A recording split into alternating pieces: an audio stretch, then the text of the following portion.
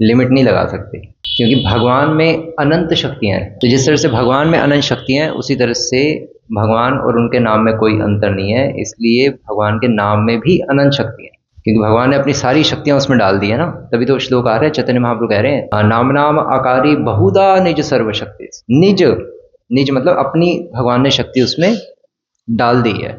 और कितनी डाली है? बहुधा, बहुत सारी शक्तियाँ, जितनी भी शक्तियाँ सारी उसमें डाल दी हैं। बहुधा निज सर्वशक्ति तत्रा पिता नियमितः स्मरण काल। और कोई भगवान का नाम जप करने का ऐसा कोई समय भी फिक्स नहीं है कि आपको इसी टाइम ही नाम जप करना है। आगे पीछे भी कर सकते हैं, हम दिन में कभी भी कर सकते हैं।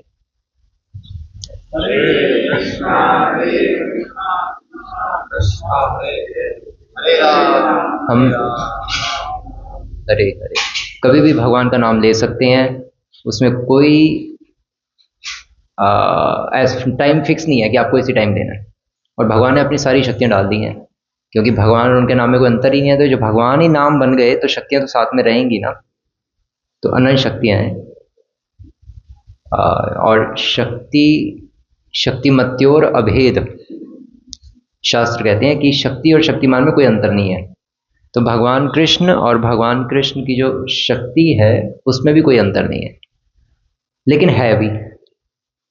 जैसे फॉर एग्जांपल ये जो संसार है, ये संसार भगवान की शक्ति का ही रूपांतरण है, भगवान की शक्तियों से बना ना। तो भगवान में और संसार में एक दृष्टिकोण से देखा जाए तो कोई अंतर नहीं है, लेकिन अंतर है भी, क्योंकि भगवान की शक्तियों से बना है। भगवान की शक्तियों से बना है। भगवान खुद ही संसार बन गए और अब भगवान नहीं रहे अपने धाम में, ऐसा नहीं है। भगवान ने अपनी शक्तियों से बनाया है। और शक्ति और शक्तिमान में कोई अंतर नहीं होता। जैसे फॉर एग्जांपल सूर्य और सूर्य की किरणें, तो सूर्य की किरणें और सूर्य में कोई अंतर नहीं है, लेकिन है भी, क्योंकि जैसे अभी हमारे कमरे में सूर्य की रोशनी आ रही है, किरणें आ रही हैं, तो सूर्य थोड़ा ना आ गया, सूर्य तो ऊपर ही बैठा है। उसी प्रकार से तो भगवान में असीमित शक्तियाँ, और वो असीमित शक्तियाँ भगवान के नाम में भी विद्यमान हैं। इसलिए जब कोई शुद्ध भक्त भगवान का नाम का जप करता है, शुद्ध नाम लेता है, खासकर जैसे भक्तिनाथ ठाकुर, भक्तिनाथ श्री ठाकुर, ये तो बिल्कुल शुद्ध नाम लेते हैं। तो इनके शुद्ध नाम लेने से भगवान इनमें अपनी सारी शक्तियाँ डाल देते हैं। तभी तो रसिकानंद प्रभु जो थे वो भगवान का नाम ले रहे थे, और एक पागल हाथी आ गया उनको मारने, और वो भागे नहीं। हम होते तो भाग जाते, वो भागे नहीं, वहीं खड़े रहे। और जैसे पागल हाथी आया मारने, तो उन्होंने कहा हरि बोल, और वो वहीं रुक गया और नीचे झुक के उसका पागलपन भी ठीक हो गया। क्योंकि रसिकानंद प्रभु में भी शक्तियाँ आ गई, क्योंकि भगवान का नाम उनके हृदय में विद्यमान है, तो उनमें भी शक्तियाँ आ गई। तो उन्होंने कहा हरि बोल, रुक गया। और वह पागल हाथी ऐसा था कि कई और हाथियों को भी मार चुका था, कई शेरों को मार चुका था, कई बड़े बड़े बलवानों को मार चुका था। मतलब तो वो रसिकानंद प्रभु तो पतले से थे, उन्होंने लेकिन बस कहा रुक जाओ, हरि बोल। वो बैठ गया, उसने अपनी सूंड से प्रणाम किया, और रसिकानंद प्रभु ने उसको दीक्षा दी, उसका नाम चेंज करके उसको भेज दिया कि जाओ हरि भजन करो, ऐश करो। तो भगवान के नाम में बहुत शक्तियाँ हैं। हरिदास ठाकुर भगवान का नाम दिन रात ले रहे थे, और 2 बार माया देवी उनका टेस्ट करने आई। एक तो लक्ष्यशीला तो आई वैश्या, और फिर उसके बाद साक्षात माया देवी खुद भी आई थी, तो तब भी उनको कुछ नहीं हुआ। माया जिसका फॉल डाउन कराना चाहिए वो कैसे बच सकता है। लेकिन हरिदास ठाकुर, क्योंकि उन्होंने भगवान के नाम की दिन रात शरण ली हुई थी, तो भगवान के नाम से शक्तिशाली कोई नहीं है। राम से बड़ा राम का नाम, भगवान से भी ऊपर अगर देखा जाए भगवान का नाम। अगर भगवान का नाम का कोई आश्रय ले ले तो भगवान भी उसका कुछ नहीं बिगाड़ सकते, ऐसा भी कहा जाता है।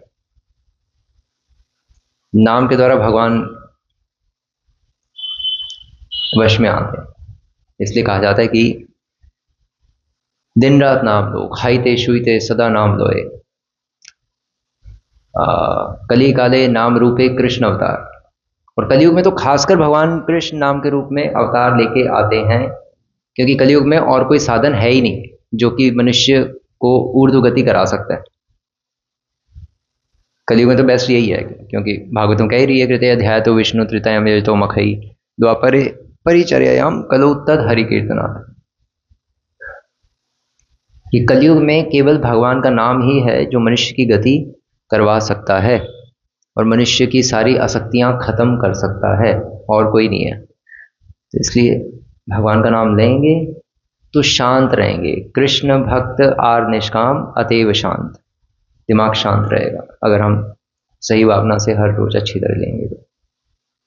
क्योंकि उससे हमें हमारी स्वामित्व की भावना भी खत्म हो जाएगी।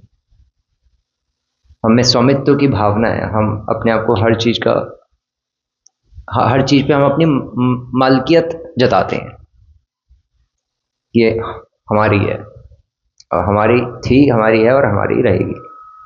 तो वो वैराग्य उत्पन्न होगा भगवान का नाम लेने से, क्योंकि भगवान षड ऐश्वर्य पूर्ण है और उसमें से एक ऐश्वर्य है कि भगवान परम वैरागी है। तो जो सही से नाम लेगा उसमें वैराग्य आ जाएगा, उसमें ज्ञान आ जाएगा।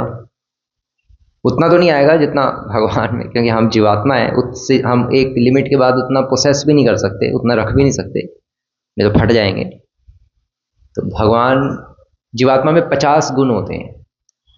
ऐसा कहा जाता है कि भगवान में अनंत गुण है, लेकिन मुख्य रूप से भगवान में 64 गुण है। लेकिन जो जीवात्मा है जब वो मुक्त हो जाती है तो उसमें मैक्सिमम 50 गुण डेवलप हो जाते हैं, 50 गुण प्रकट वो कर पाती है।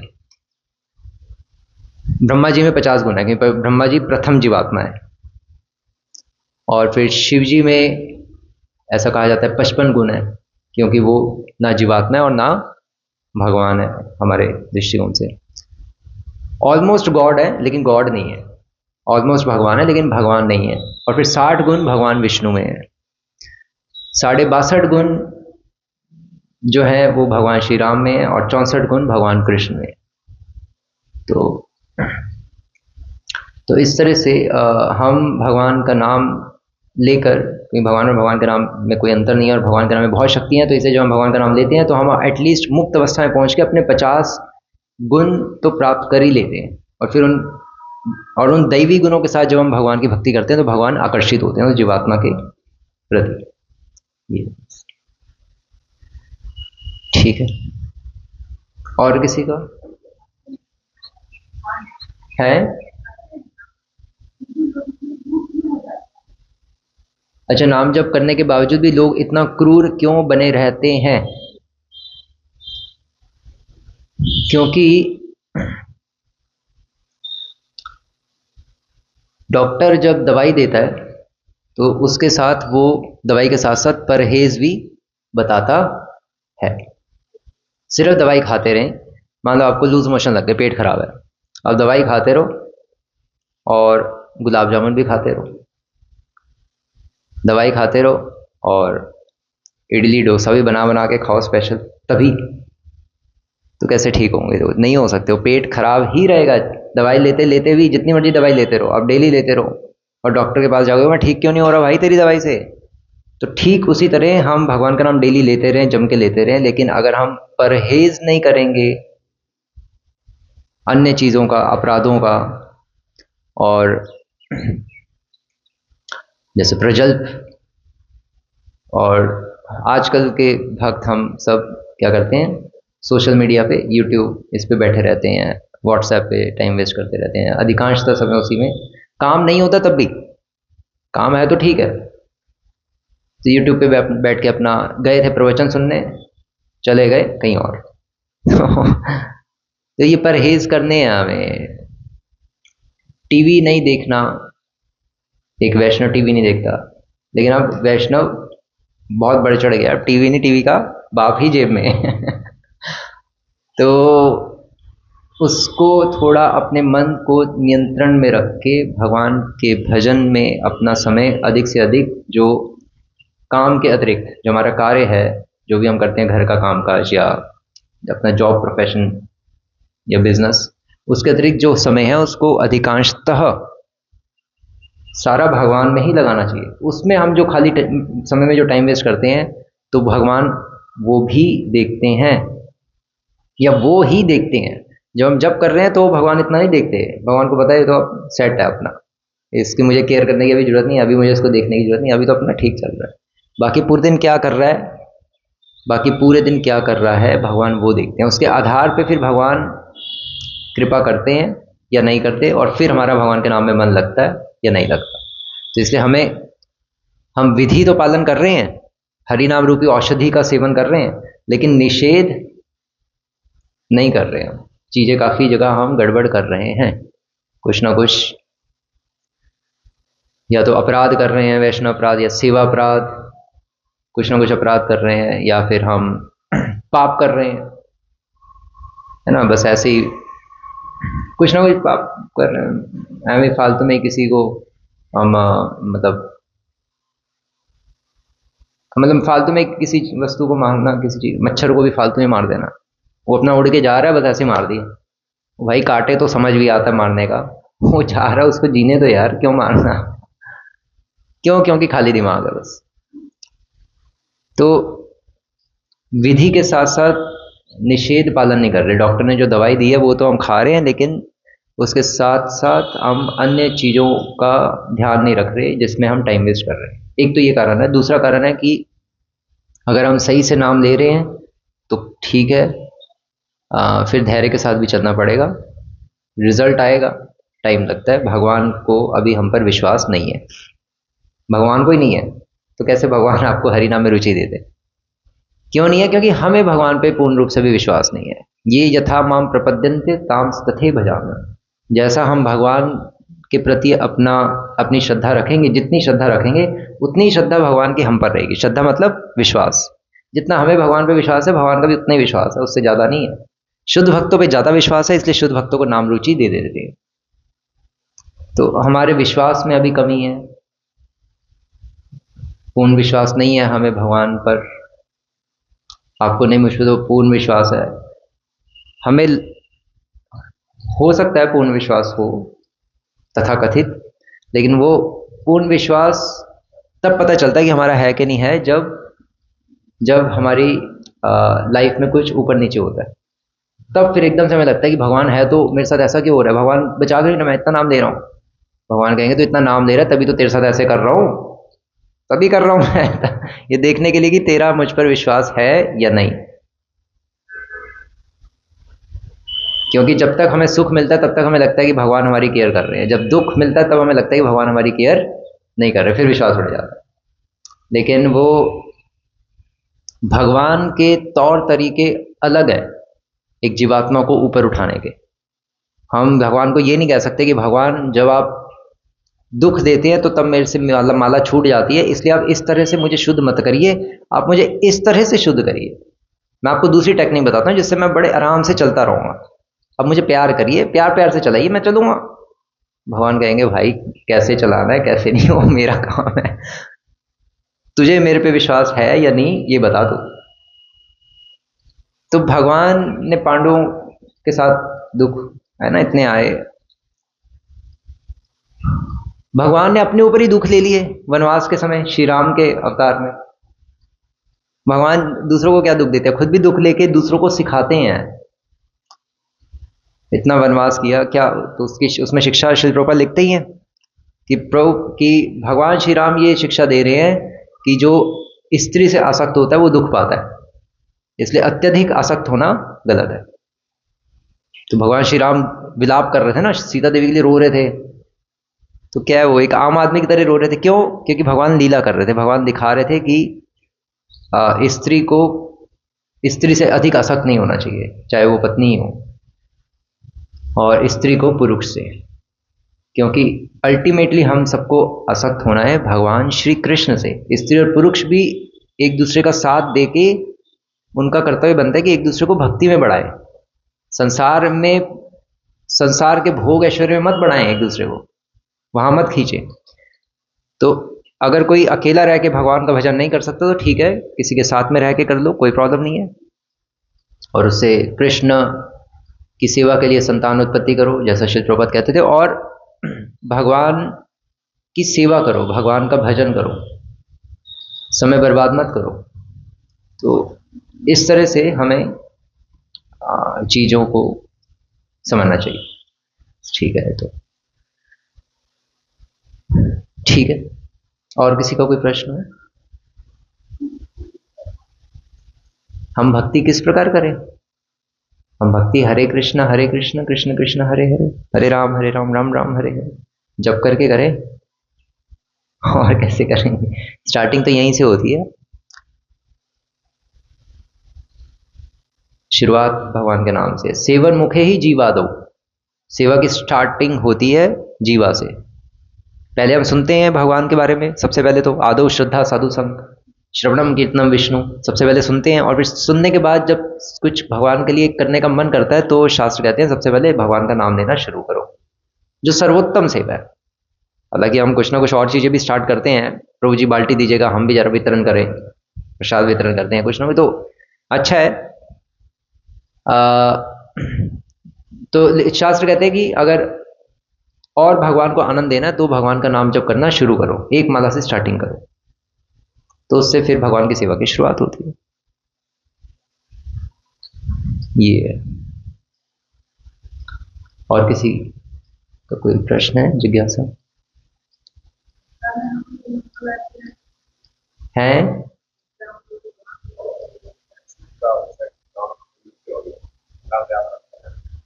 गांव में किसी का मृत्यु हो गया, गांव में किसी का मृत्यु हो गया तो मंगल आरती आने में वो तो घर में मृत्यु हो जाए तब अवॉइड कर सकते हो। गांव में मतलब घर में? अच्छा, आपके गांव वाले घर में,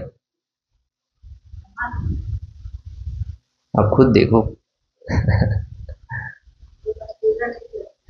हाँ तो आ जाओ फिर, लेकिन एक दिन तक तो मत आओ, एक दिन के बाद 24 घंटे बाद है। हाँ हाँ, तो 12 दिन हटा दिए ना मैंने, एक दिन के बाद आ सकते हैं। लेकिन ये है कि मंदिर तो 13 दिन है ना आपके, 13 दिन बाद कहते हैं ना, तो ठीक है मत आओ, घर में रह के अपना पूजा पाठ कर लो, वो बेटर है। हैं? माला तो लाश के सामने बैठ के करो।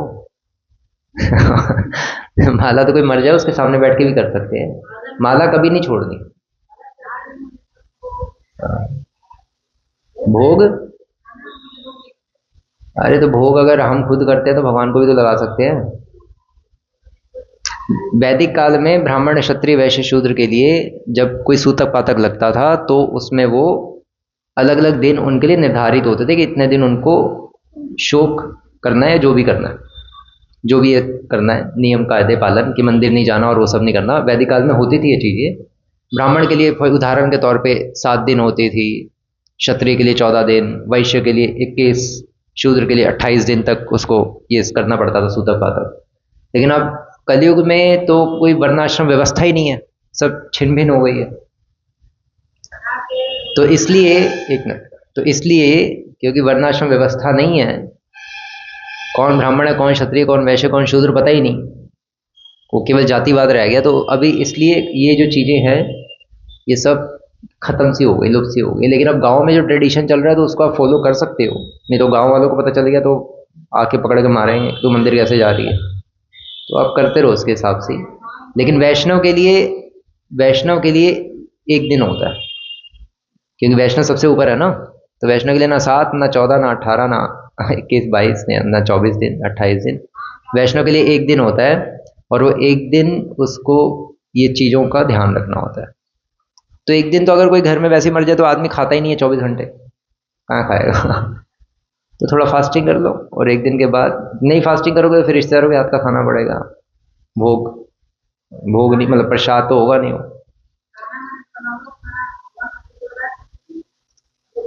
क्या भगवान को? हाँ हाँ, 24 घंटे बाद हाँ खा सकते हो। हाँ हाँ, बिना भोग लगाए आप खुद कैसे भोग कर लोगे? कंठी के नीचे, गले के नीचे कैसे उतार लोगे बिना भोग लगाए? अगर हम, हाँ जी,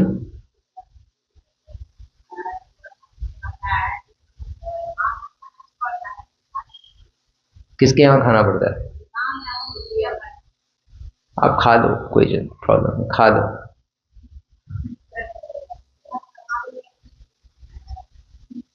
वो परिस्थिति वैसे देखना पड़ता है, वो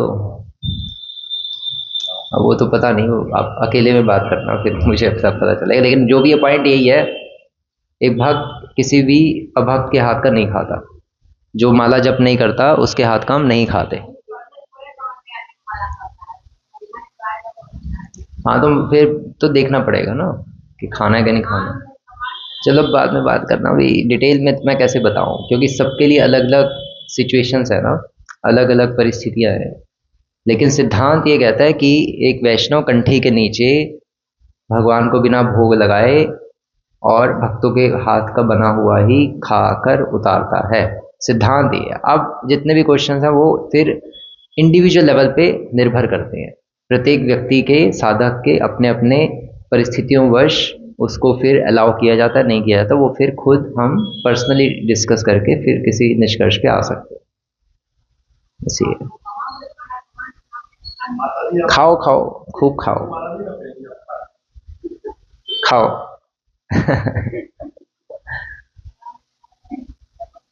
ठीक है, किसी का कोई ढंग का प्रश्न है?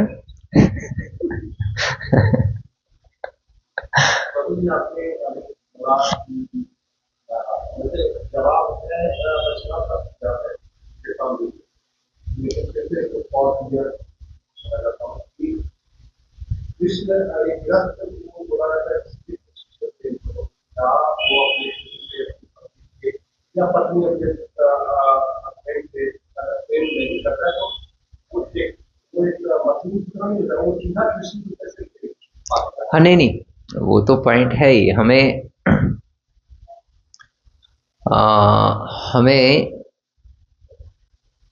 आसक्ति तो रखनी है घर वालों के प्रति, एक गृहस्थ को थोड़ी आसक्ति तो रखनी है ही, लेकिन अत्यधिक आसक्त होना गलत है कि दिन रात हम बस अपनी भक्ति छोड़ के बस उसी में लगे हुए हैं, बच्चों में, बीवी में, तो वो तो फिर हम अजामिल बन जाएंगे ना।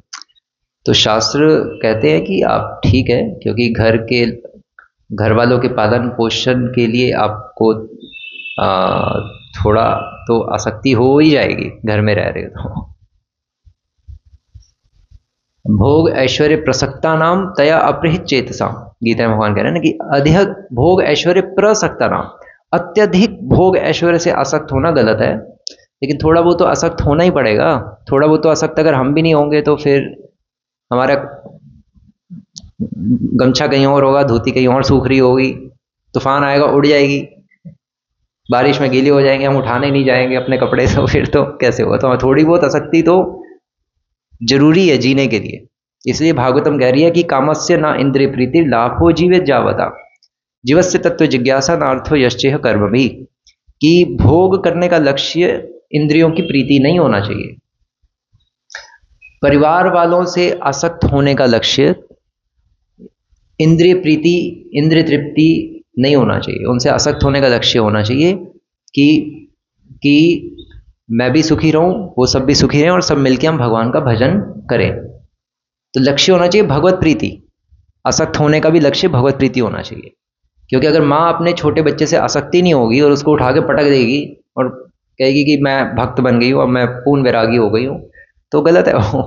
उसको आसक्ति रखनी पड़ेगी अपने बच्चे से, और बच्चे को कृष्ण कॉन्शियस बनाए, कृष्ण भक्त बनाए।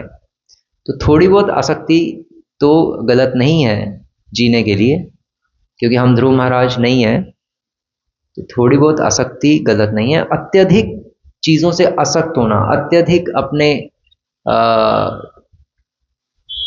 रिश्तेदारों से आसक्त होना, नहीं, वो सब गलत है। जहाँ तक हो सकते हमें वैराग्य लाना है और आसक्तियाँ कम करनी है। जितनी आसक्तियाँ हैं मरते समय तक उसको भी कम करना है। तभी गृहस्थ के बाद वानप्रस्थ का विधान है और उसके बाद संन्यास का। तो ब्रह्मचारी आश्रम के बाद गृहस्थ आश्रम होता है, वैदिक काल में तो ऐसे ही होता था। फिर उसके बाद वानप्रस्थ, फिर संन्यास। तो अगर कोई ब्रह्मचारी नहीं रह पाता गुरुकुल में जाकर वैदिक काल में, तो फिर उसको गृहस्थ आश्रम में प्रवेश करने के लिए गुरु अलाउ करता है, और फिर उस गृहस्थ आश्रम में जाके उससे आशा की जाती है कि उसकी आसक्तियां बढ़ेंगी, है ना। पहले वो ब्रह्मचारी है, फिर वो गृहस्थ बना, तो उसकी आसक्तियां बढ़ी और बढ़ेंगी, डेफिनेटली बढ़ेंगी। और घर में रहने के लिए जरूरी है भी, नहीं तो कैसे घर में रहेगा। अगर ये आसक्तियां नहीं थी तो भाई तो फिर गृहस्थ बना क्यों।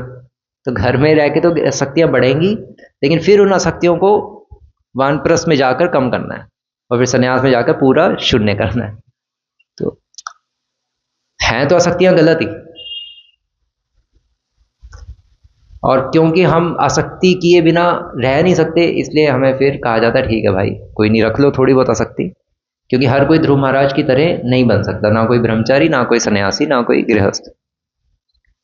संसार से किसी भी वस्तु से आसक्त होना वैसे देखा जाए तो गलत ही है, लेकिन कुछ आश्रमों में उसकी अनुमति दी जाती है, खासकर गृहस्थ आश्रम में अनुमति दी जाती है कि आप थोड़ा बहुत आसक्त तो रहना पड़ेगा, नहीं तो परिवार का पालन पोषण भी नहीं कर पाओगे और सब कचुमड़ हो जाएगा सब।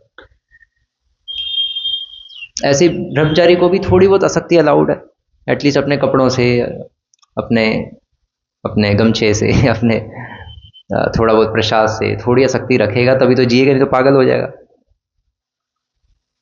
तो लेकिन वो सब है गलत ही, उसको वो भी एक दिन हटानी है। तभी तभी तो ध्रुव महाराज ने कहा कि भाई क्योंकि क्योंकि सिद्धांत ये कहता है कि ये संसार किसका है? ये संसार भगवान का है। भगवान पोजेसर है, इसके स्वामी है। तो इस संसार से कुछ भी अगर हम ले रहे हैं तो हम भोगी हैं, कुछ भी ले रहे हैं। तभी तो ध्रुव महाराज ने सांस लेना ही बंद कर दिया। मैं तो सांस भी ले रहा हूं, उनको एकदम से अनुभूति हुई कि मैंने सब कुछ छोड़ दिया, लेकिन आवाज कहां से आ रही है? देखा तो सांस से आ रही है। उन्होंने कहा मैं सांस भी नहीं दूंगा, सांस ही रोक के बैठ के। तभी तो भगवान प्रकट हो गए। भाई क्या चाहिए, 6 महीने में कौन प्रकट होता है?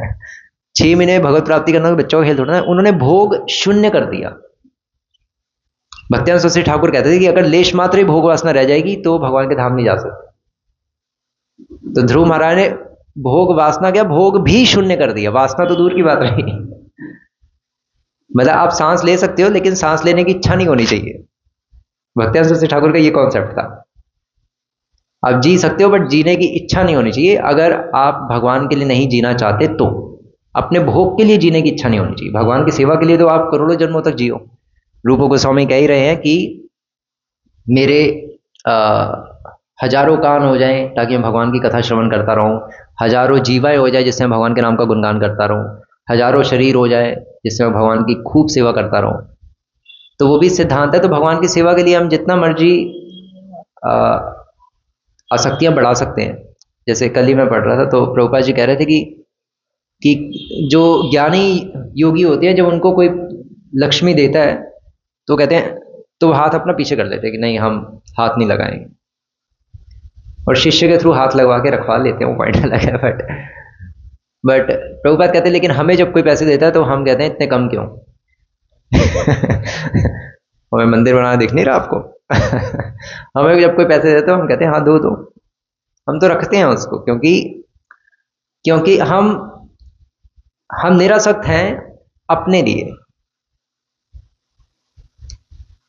लेकिन हम चीजों से आसक्त हैं भगवान के लिए।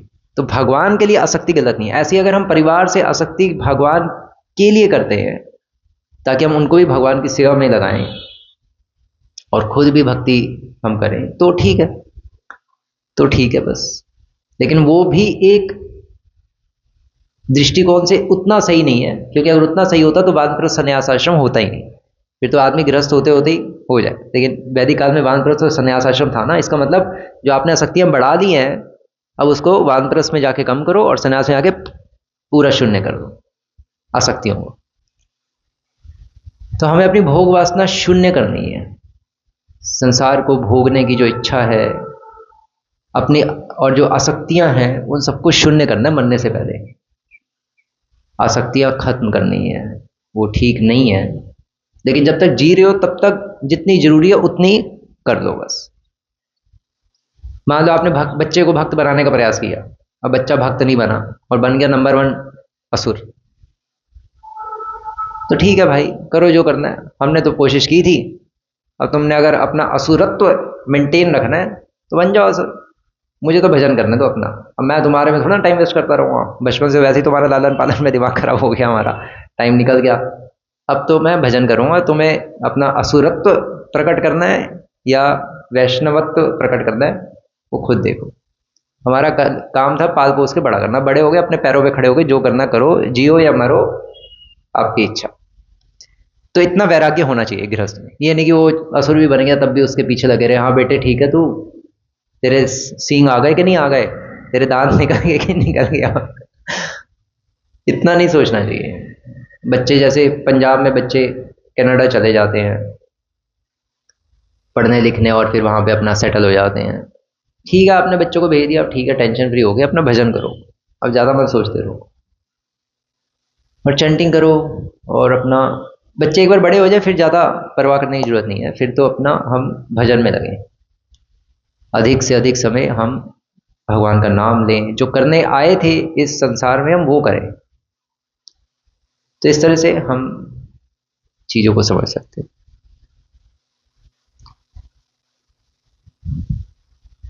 तो ये जैसे भौतिक संसार में किसी से भी हमें आसक्ति होती है तो प्रेम करा, क्या भगवान से अगर आसक्ति हो जाएगी तो वही प्रेम है भगवान? भौतिक जगत में अगर हमें किसी से आसक्ति होती है तो हम उसको प्रेम का नाम देते हैं, तो अगर भगवान से आसक्ति हो जाए तो तब भी हम प्रेम ही कहते हैं, तो डिफरेंस क्या है, यही पूछना चाह रहे हैं। भौतिक जगत से अगर किसी से आसक्ति हो जाए तो वो प्रेम नहीं है, उसको प्रेम का हम नाम देते हैं, बट वो काम वासना है। काम वासना मतलब स्वार्थ है वहां पे। ये भगवान से जैसे आसक्ति हो रही है तो क्या ये समझ सकते हैं कि भगवान का कुछ है? हाँ, भगवान से आसक्ति प्रेम ही कहलाती है, लेकिन अभी जो हम में जो प्रेम है वो बहुत कम है, उस प्रेम को श्रद्धा कह देते हैं।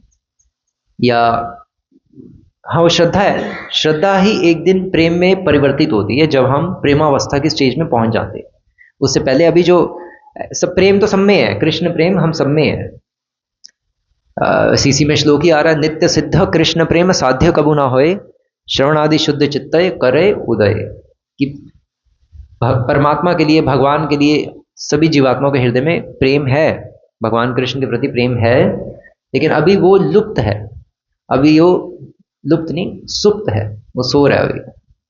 तो उसको हम श्रवण कीर्तन रूपी उसके कान के पास बैठ के हरे कृष्णा कर करके उसको जगा सकते हैं, उस कृष्ण प्रेम को। और इसलिए अब वो जग भी चुका है, किसी का 5% जगह, किसी का 10%, किसी का 3%, किसी का 15%। तो कृष्ण प्रेम सब में है, तभी हम सब यहाँ बैठे हैं कथा में, बाकी लोग तो सब घूम रहे हैं संसार में। तो थोड़ा बहुत कृष्ण प्रेम सब में है, लेकिन अभी जो असली जो कृष्ण प्रेम है, जो असली जो अवस्था है, अभी वो प्राप्त नहीं हुई। तो जो श्रद्धा होती है, श्रद्धा भी प्रेम ही है, जो शुरुआती जो श्रद्धा होती है, लेकिन वो बहुत कम प्रेम है, वो 1 और 2% प्रेम है। जैसे हम सड़क पे चलते आदमियों को कहते हैं कि हमारे मंदिर आओ कथा सुनो, तो मंदिर आ रहा है, कथा सुन रहा है, इसका मतलब उसको भगवान से थोड़ा बहुत लगाव है, तभी तो आ रहा है। तो जो थोड़ी बहुत जो श्रद्धा है वो, उसको आप प्रेम कह सकते हो, लेकिन वो प्रेम बिल्कुल 0.01% है। तो इसलिए उसको हम श्रद्धा ही कहते हैं, प्रेम नहीं कहते। प्रेम तो वास्तविक प्रेम जो टर्म है, जो शब्द है प्रेम, वो फिर प्रेमावस्था में बहुत महान वैष्णव के लिए यूज किया जाता है कि उनको प्रेम की प्राप्ति होगी। हमारे स्तर पे श्रद्धा है, या थोड़ा और श्रद्धा बढ़ जाए तो निष्ठा है, और श्रद्धा बढ़ जाए तो आसक्ति है, लेकिन अभी प्रेम पूर्ण रूप से विकसित नहीं हुआ, इस तरह से कहा जाता है। और अगर हम जो संसार से जो हम आसक्ति करते हैं, उसको हम प्रेम शब्दों में कह तो देते हैं, बट वो प्रेम होता नहीं है, क्योंकि अल्टीमेटली हर कोई यहाँ पर संसार में किसी से भी प्रेम करता है, शब्दों में तो प्रेम ही आता है, तो वो उसके पीछे कुछ ना कुछ उसका कारण होता है। तो जहाँ पे कारण है वो प्रेम नहीं कहलाता, वो काम कहलाता है। काम मतलब कामना, काम मतलब हमेशा स्त्री और पुरुष के संबंध को नहीं समझना चाहिए। काम मतलब वो हम किसी कामना से उसका पालन पोषण कर रहे हैं, तो वो प्रेम नहीं है, वो काम है। एक माँ, इवन यहाँ तक कहा जाता है कि माँ और बच्चे का रिश्ता सबसे प्योर है, और उसमें उसका कोई स्वार्थ नहीं होता बच्चे के लालन पालन में। लेकिन उसमें भी स्वार्थ है अगर ध्यान से देखा जाए। क्यों? क्योंकि वो अपने बच्चे का ही लालन पालन इतने ध्यान से और प्रेम पूर्वक कर रही है, पड़ोसी के बच्चे का तो नहीं कर रही। इसका मतलब वो उसके अपने मांस का लोथड़ा है, इसलिए वो इतना आसक्त है उससे, और किसी से तो आसक्त नहीं है। बच्चा चाहे उग्रवादी भी बन जाए तब भी उससे आसक्त रहेगी, मेरा बच्चा। वो बंदूक लेके घूम रहा होगा, वो कहेगी मेरा बच्चा। तो प्रेम के कारण, तथाकथित प्रेम के कारण, इस संसार के लिए प्रेम शब्द बना नहीं है, तथाकथित प्रेम कह सकते हो। So cold. इसलिए कृष्णदास कविराज गोस्वामी क्या कह रहे हैं कि आत्मेंद्रिय प्रीति वांछा तारे बलि काम, कृष्णेंद्रिय प्रीति इच्छा धरे प्रेम नाम। उन्होंने इस श्लोक के माध्यम से बिल्कुल ही अलग कर दिया कि आत्मेंद्रिय प्रीति इच्छा की, अपनी इंद्रियों की प्रीति के लिए हम कुछ भी करते हैं तो उसको काम कहते हैं, मतलब उसको कामना कहते हैं। हम अपनी कामना की पूर्ति कर रहे हैं किसी के माध्यम से। और कृष्ण इंद्रिय प्रीति इच्छा धरे प्रेम नाम, और जब हम कृष्ण भगवान की इंद्रियों को आनंद देने के लिए श्रवणम कीर्तनम करते हैं तो उसको प्रेम कहते हैं। भगवान के साम्राज्य में आध्यात्मिक जगत के लिए ही ये जो शब्द है प्रेम, ये वास्तव में इसका उपयोग होना चाहिए, भौतिक जगत के लिए इसका उपयोग नहीं होना चाहिए, और इसलिए साधु लोग करते भी नहीं है। इसलिए भौतिक जगत के किसी भी प्रकार के प्रेम को काम कहते हैं। काम मतलब कामना। वो हम उस व्यक्ति से प्रेम करने के पीछे हमारी कोई अपनी कामना है। एक गर्लफ्रेंड बॉयफ्रेंड से आसक्त होती है, अपनी उसकी कामना होती है। बॉयफ्रेंड गर्लफ्रेंड से अपनी कामना, लेकिन दोनों को देखने में दोनों को महसूस होता है कि हम दूसरे से बिल्कुल निस्वार्थ रूप से प्रेम करते हैं, कोई हमारा स्वार्थ नहीं है। इसलिए दोनों की फ्रिक्वेंसी मैच हो जाती है और शादी हो जाती है। लेकिन दोनों का अपना अपना स्वार्थ है, उसको भी कोई चाहिए, उसको भी कोई चाहिए। तो अल्टीमेटली यहाँ कारण कुछ ना कुछ हमारा होता है दूसरे से प्रेम करने का, उसको सरल भाषा में स्वार्थ भी कह देते हैं। तो ये अंतर है, इस तरह से इसको हम समझें। तो हम लोग कैसे पता चलेगा कि हम श्रद्धा के स्तर पे हैं या निष्ठा के स्तर पे हैं? हम लोगों को प्रश्न अच्छा है कि हमें कैसे पता चलेगा कि हम श्रद्धा के स्तर पे हैं, निष्ठा के स्तर पे हैं, आसक्ति के स्तर पे हैं, या भजन क्रिया के स्तर पे हैं। वो कैसे पता चलेगा? वो अभी हम चलो श्रद्धा के स्तर पे तो है ही, है ना। सबसे पहली श्रद्धा से ही पहले स्टेज आती है आदौ श्रद्धा तथा साधु संग। आदौ मतलब इनिशियल कांटेक्ट ऑफ डिवोटीज, जो बिल्कुल शुरुआती स्तर में जो हमारा भगवान के भक्तों से जो संग होता है। सड़क पे चलते बुक डिस्ट्रीब्यूट कर रहे हैं तो हम लोगों को कहते हैं कि आओ मंदिर आओ, थोड़ा समझाते हैं, तो वो बिल्कुल जो शुरुआती स्तर पे जो संग हुआ, और फिर हमने एक दो बार आना शुरू किया, जो भी बैठा था उसका प्रवचन सुना किसी तरह से जैसे भी, तो उसको आदौ कहते हैं। फिर उसका थोड़ी सी श्रद्धा जागती है, फिर हम श्रद्धा के स्तर पे आते हैं, और फिर श्रद्धा के बाद हम प्रॉपर साधु संग करना शुरू करते हैं।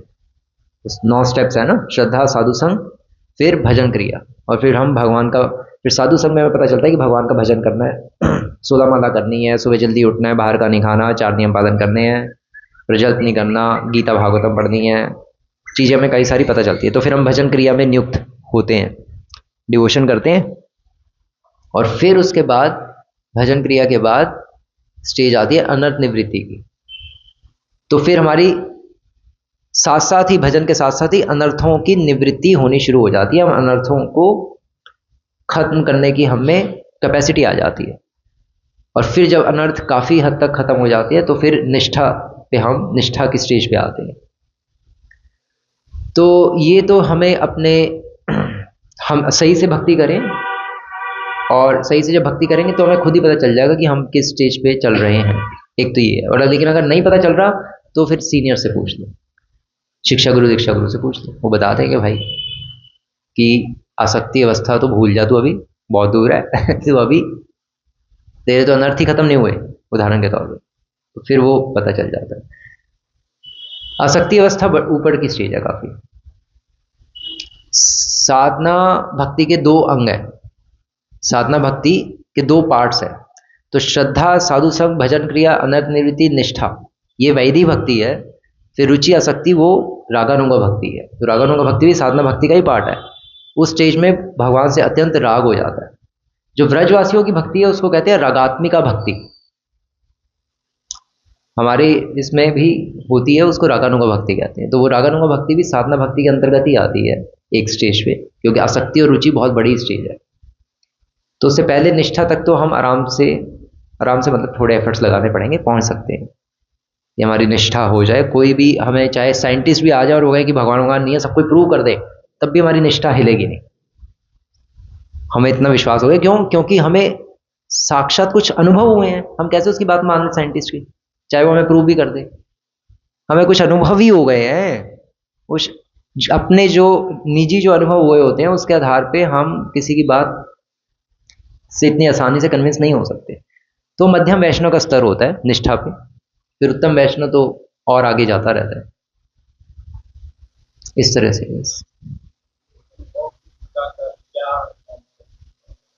क्या अनुभव किसको?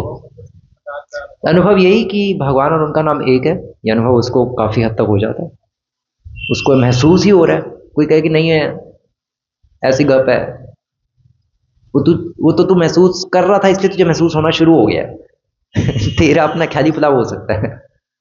कोई ऐसे आपको कह सकता है तो आप कहोगे हाँ ठीक है, मैं महसूस कर रहा था तो महसूस करना शुरू तो हो गया। वो हमारा प्रोसेस ही है कि महसूस करना शुरू करो तो महसूस होने शुरू हो जाएंगे, प्रोसेस ही है। मैंने ऐसे ही किया, मैं मानता हूँ, और मुझे लग रहे हैं आज अब भगवान और उनका नाम एक ही है। मैं जब जब करता हूँ तो मुझे भगवान की उपस्थिति अनुभव होती है कि भगवान मेरे साथ है। तो तू मुझे क्या किस तरह से डिफीट करेगा जब मुझे लग ही रहा है तो इसलिए वो विश्वास बढ़ता चला जाता है धीरे धीरे। शुरू में अंधा विश्वास होता है, विश्वास करके चलना पड़ता है, फिर जब भगवान देखते हैं मेरे पे इतना विश्वास कर रहा है, और वो विश्वास शास्त्र आधारित होना चाहिए, सेंटिमेंटल विश्वास नहीं होना चाहिए। शास्त्रधारी मतलब हम शास्त्रों को सुन के समझ रहे हैं तब हम अपना आगे चल रहे हैं ना। तो शास्त्रधारी विश्वास होगा तो फिर हम, और उससे हमें अनुभूतियाँ आएंगी और हमें विश्वास रहेगा, हमें ध्यान पता रहेगा कि मैं शरीर और मन से अलग हूँ, ये अनुभव। भगवान और भगवान का नाम एक है, ये अनुभव। संसार में दुख है, ये अनुभव। 100% नहीं होंगे लेकिन थोड़े थोड़ा सब कुछ महसूस होना शुरू हो जाएगा, तो उसको मध्यम वैष्णव कहते हैं।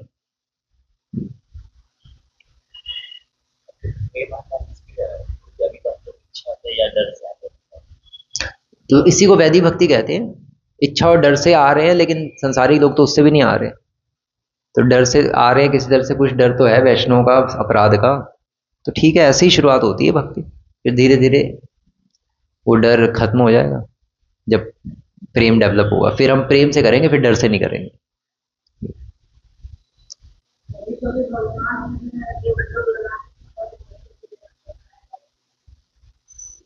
एक सेकंड, क्या आप क्या कह रहे हो? करता हूँ एक मिनट, औरों को ले लेते हैं।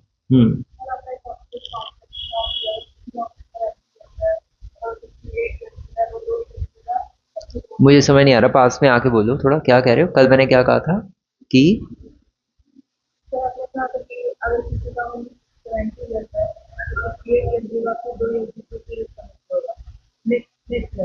हाँ हाँ हाँ हाँ, अकाल मृत्यु का कॉन्सेप्ट क्या है? अकाल मृत्यु का कॉन्सेप्ट ही तो है ये। मतलब अच्छा, जो मैं कल कह रहा था कि अगर वो चींटी मर जाती है तो उसको अगले जन्म दोबारा चींटी का लेके फिर थोड़ा और जी के फिर अगली वो स्पीशीज में जाएगी, उसी के आधार पे प्रश्न पूछ रहे हो? तो क्या प्रश्न है? क्या अकाल मृत्यु का यही है कॉन्सेप्ट, यही तो अकाल मृत्यु हो गई। अभी उसका काल आया नहीं, लेकिन पहले ही उसको, हाँ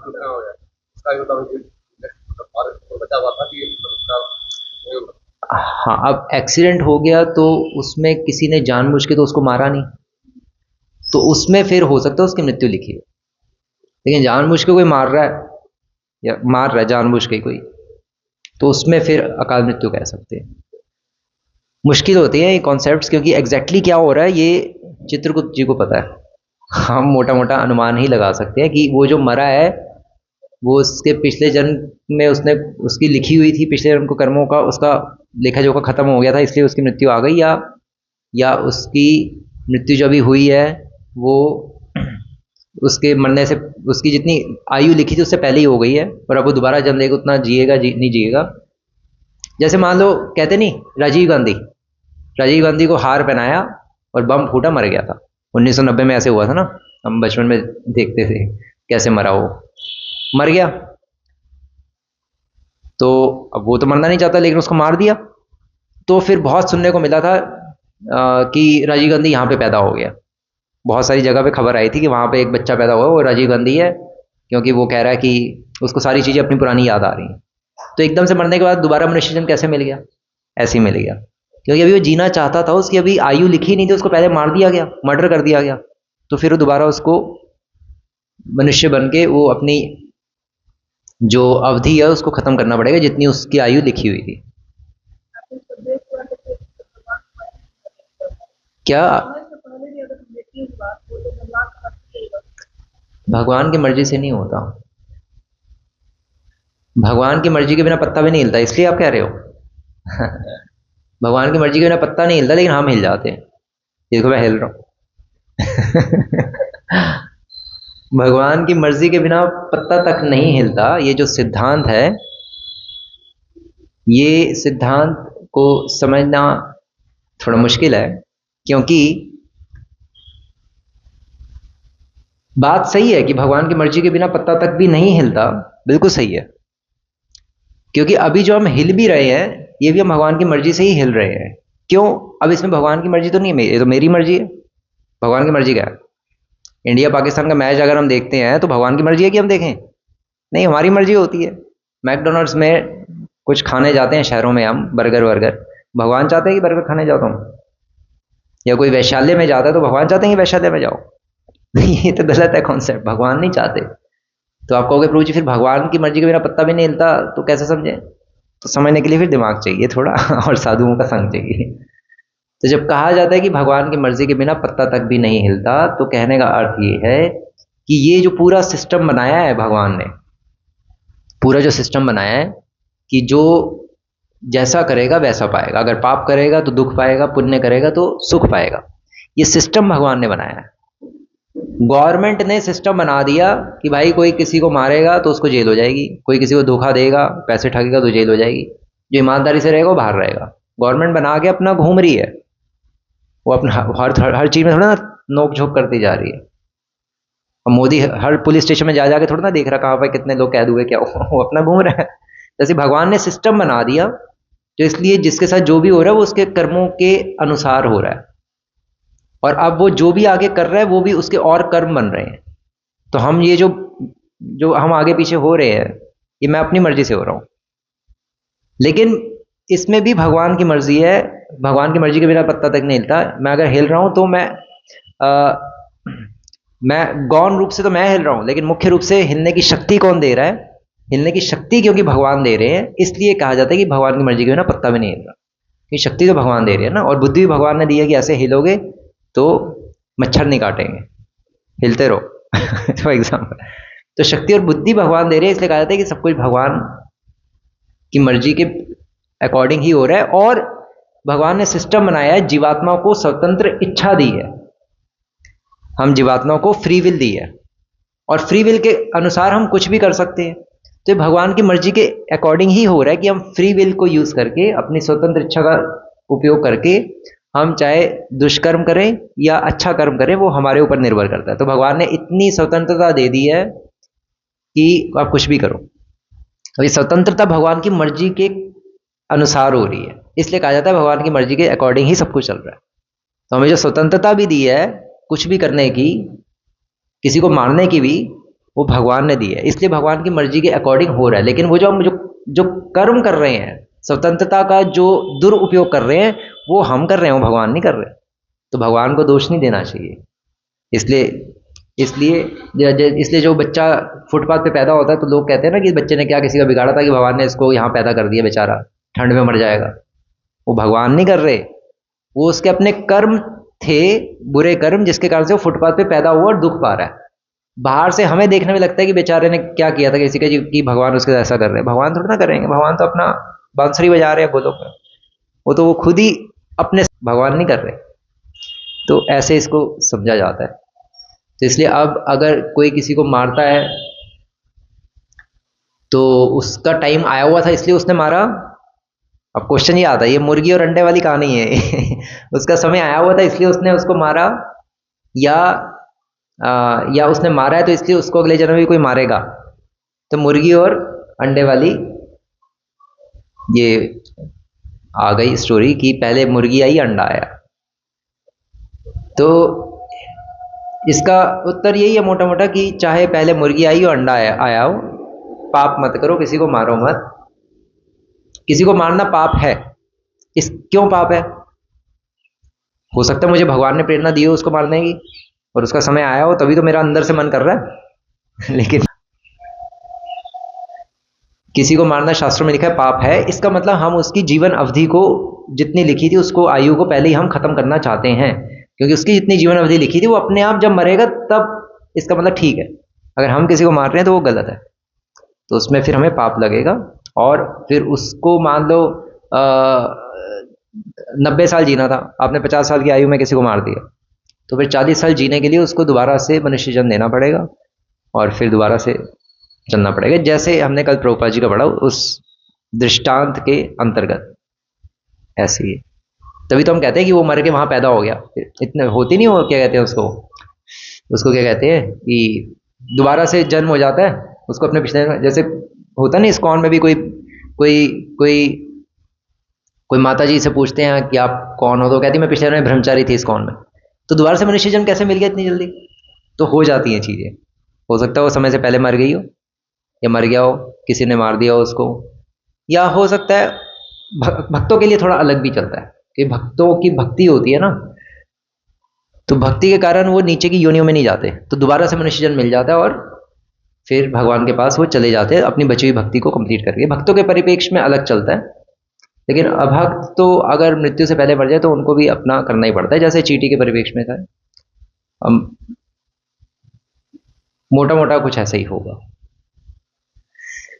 और दूसरा ये भी हो सकता है एक्चुअली कि जो हम कल जो पढ़ रहे थे कि प्रभुपाद जी चींटी का एग्जांपल दे रहे थे कि अगर चींटी को अगर हम मारते हैं तो उसको दोबारा से चींटी बन के अपनी बची हुई अवधि, जीवन अवधि अपनी खत्म करनी पड़ेगी,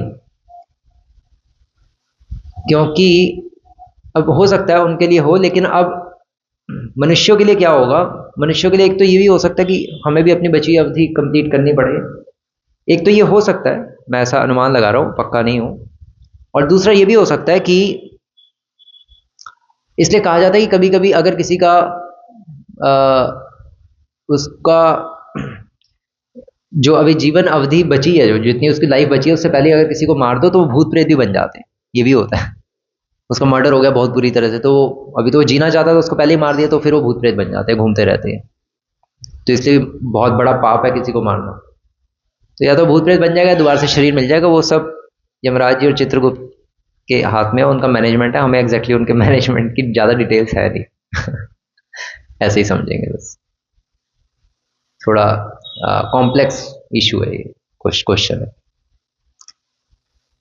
ठीक है,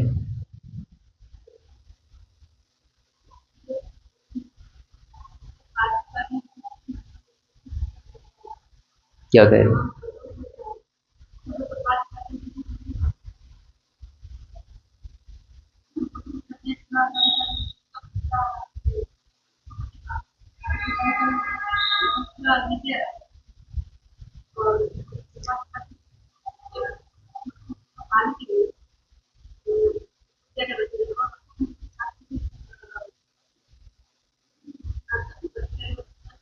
इतना लंबा क्वेश्चन सारांश रूप में बताओ ब्रो, मुझे समझ नहीं आ रहा, आवाज भी कम आ रही पंखे के कारण।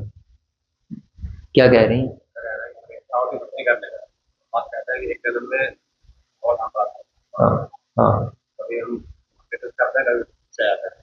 हाँ, तो अच्छा अच्छा, कभी हम भक्ति में बहुत अच्छी तरह से करते हैं, कभी फिर कम हो जाती है, लेकिन हम एक जन्म में भगवान के धाम जाना चाहते हैं, कैसे जाए, यही प्रश्न है ना। चले जाएंगे, कोई नहीं, कभी ऊपर नीचे हो गए, बच्चा गिर गिर के बड़ा होता है, कभी चलता है कभी गिरता है, कभी चलता है कभी गिरता है, और फिर एक दिन चलना शुरू हो जाता है। तो ऐसे हम गिर गिर के ही फिर एक दिन भक्ति करना सीख जाएंगे, धैर्यपूर्वक चलते रहेंगे तो आ जाएगी सारी भक्ति करने।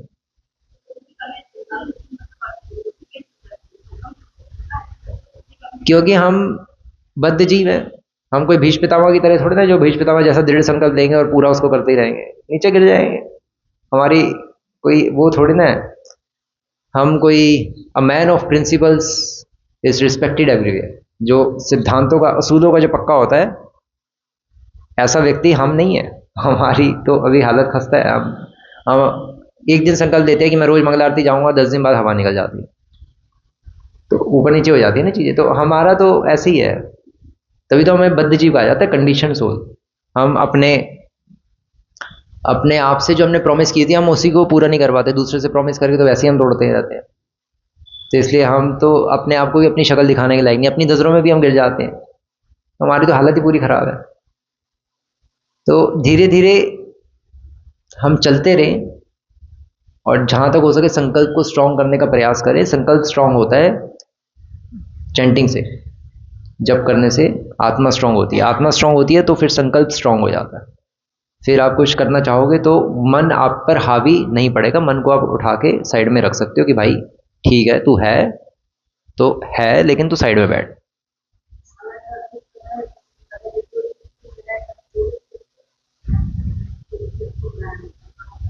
हाँ तो बोल दो, लेकिन खुद मत पूछो, खुद मत पूछो किसी से, लेकिन अगर कोई पूछ रहा है तो उत्तर दे दो। हाँ आ जाएगा गिनती में, प्रॉपर काउंट होगा। लेकिन खुद अगर इधर उधर बातें करोगे तब वो थोड़ा अजीब सा है।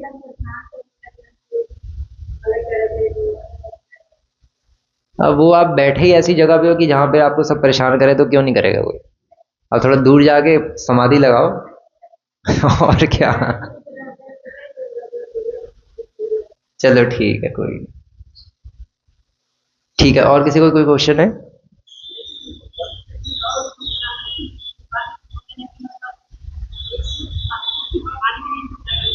एक शुद्ध भक्त को भी, एक शुद्ध भक्त की कृपा पाने के लिए क्या क्या करना चाहिए? एक शुद्ध भक्ति कृपा पाने के लिए शुद्ध भक्तों के द्वारा बताई गई शिक्षाओं को यथारूप पालन करना चाहिए। वो जो कह रहे हैं कि भगवान का नाम लो हर रोज, साधना अच्छी तरह करो, सेवा करो, बस जो कह रहे हो वो करते रहो, तो शुद्ध भक्त की कृपा आ जाएगी। उनकी शिक्षाओं का पालन करें। अब शुद्ध भक्त के पास जाके तो बैठ नहीं जाएंगे, वो तो प्रैक्टिकल नहीं है। तो दूर से रहकर उनकी शिक्षाएं जो उन्होंने बताई हैं उसको पालन करो सही से, तो भगवत प्राप्ति हो जाएगी।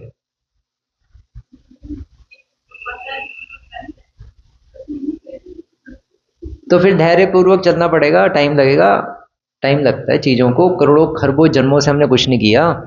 हम सोचें कि हमें 2 4 5 10 साल में सब कुछ मिल जाए, नहीं, टाइम लगता है चीज़ों को। सबके अपने अपने संस्कार होते हैं, कोई 10 साल में बहुत आगे बढ़ जाता है, कोई 30 30 साल में भी कनिष्ठ वैष्णव के स्तर पर ही रहता है।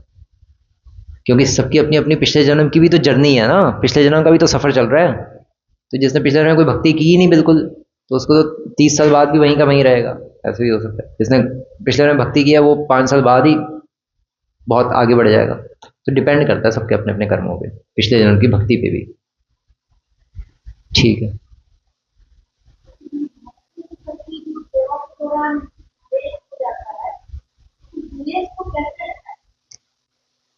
उस द्वेष को, भक्तों के प्रति जो द्वेष हो जाता है सेवा के दौरान, उस द्वेष को हम कैसे हटाएं? उस द्वेष को हम उस भक्त को सेवा देकर हटा दें। मान लो अगर वो भक्त कह रहा है कि प्रभु जी हम ये करना चाहते हैं, तो ठीक है भाई आप कर दो, हम माता जी आप कर लीजिए, कोई नहीं।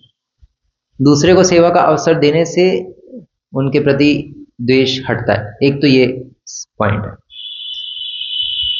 और दूसरा द्वेष हटता है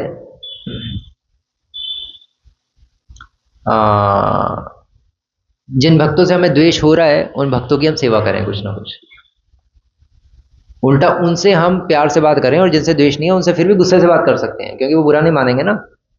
जिनसे द्वेष नहीं है, जिनसे जो आपको लाइक करते हैं, उनसे आप फिर भी गुस्से से बात कर सकते हो, वो बुरा नहीं मानेंगे। लेकिन जिनसे द्वेष करते हैं उससे तो प्रेम से बात करो। जीसस क्राइस्ट भी कहते थे कि जो आपको गाली दे उसको आप गले लगाओ, जो आप पे थूके गाली दे उसको उल्टा गले लगाओ।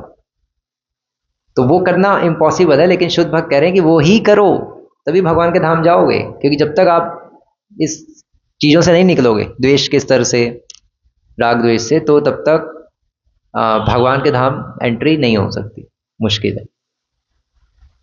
तो यही है, कोई अगर हमें किसी से द्वेष हो रहा है तो फिर तो हम उसकी और केयर करें, उसकी केयर करना शुरू कर दें, उल्टा उसकी हेल्प करना शुरू कर दें। वो कहेगा दीजिए माता जी हम चलाएंगे, ठीक है प्रभु जी आप चलाइए, बताइए और कोई कड़छी चाहिए आपको, या कड़छा या कोई भिगोना?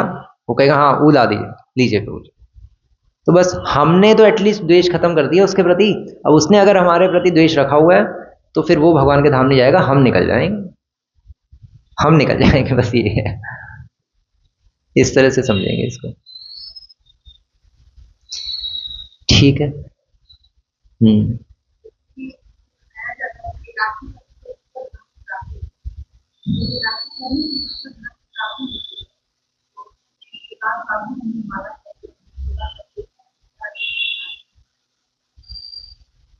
तो नहीं नहीं, अकेले एकादशी करने से भगवत प्राप्ति नहीं होती।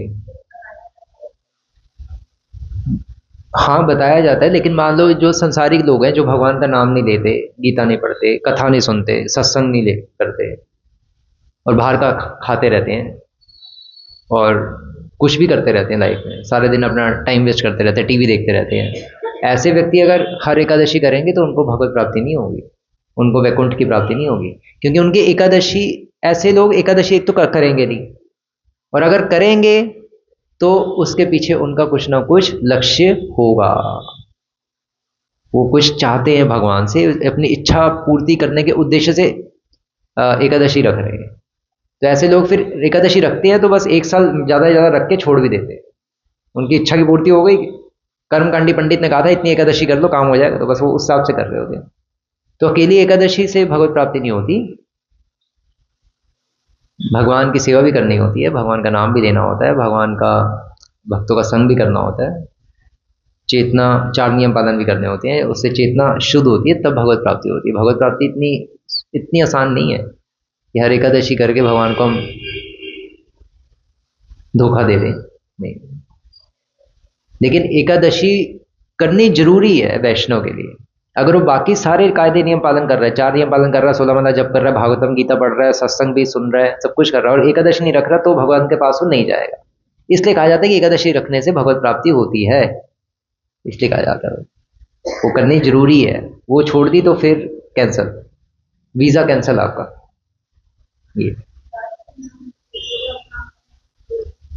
सुबह शाम भजन करना चाहिए एकादशी को, प्रसाद नहीं लेना, सुबह शाम भजन निर्जला जितना भजन कर सकते हो करो फिर बस।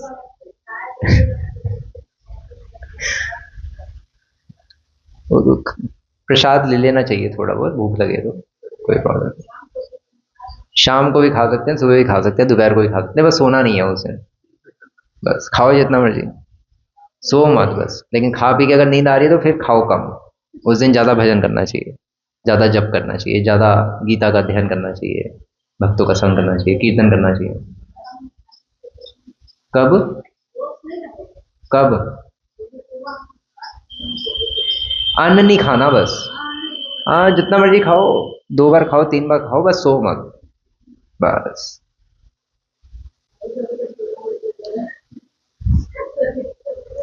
चलो ठीक है, ओके।